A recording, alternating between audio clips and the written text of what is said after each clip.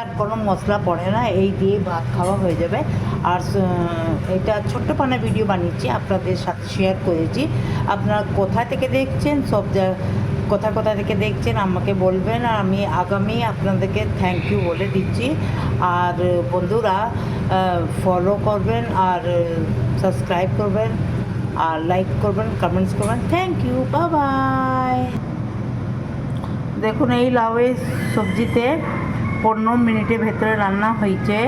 আর দ্বিতীয় কথা, এতে কোনো মশলা বাটতে নেই, আপনাকে কাটতে নেই, কাট ছাট কিছু করতে নেই, খালি লাউ কাটবেন আর বানাবেন যেমনি করে আমি বলেছি। আর এতে তেজপাতা ফোড়ন দেবেন। আর এই লাউটা গরম ভাতের সাথে খাবেন, না ডাল লাগবে, না আর কোনো সবজি আপনাকে লাগবেই না, গ্যারান্টির সাথে বলছি। আর এইটা যদি সবজি আপনারা একবার খাবেন তো বারবার বানাবেন। আর এই জন্যে আপনাদের সঙ্গে আমি সব ভিডিও শেয়ার করি।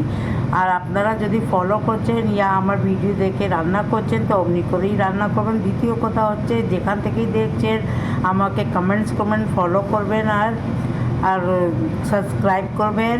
তার জন্যে অনেক অনেক ধন্যবাদ। Thank you, bye by.